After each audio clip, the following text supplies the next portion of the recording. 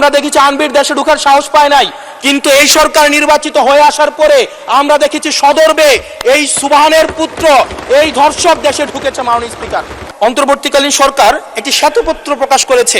এই শ্বেতপত্রতে দেখানো হয়েছে 28 লক্ষ কোটি টাকা হচ্ছে বিদেশে পাচার করা হয়েছে।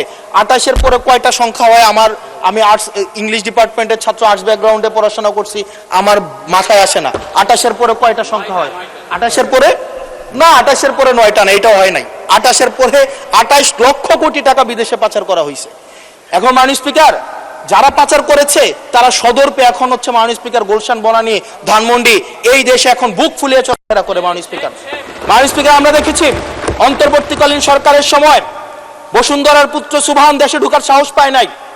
আমরা দেখেছি আনবির দেশে ঢোকার সাহস পায় নাই, কিন্তু এই সরকার নির্বাচিত হয়ে আসার পরে আমরা দেখেছি সদর্বে এই সুবহানের পুত্র এই ধর্ষক দেশে ঢুকেছে।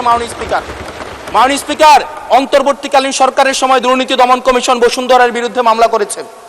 আমরা দেখেছি এই মামলার কি অগ্রগতি হয়েছে সেটা আমরা জানতে চাই আন্ডার টেবিল কোনো ধরনের সমঝোতা হয়েছে কিনা।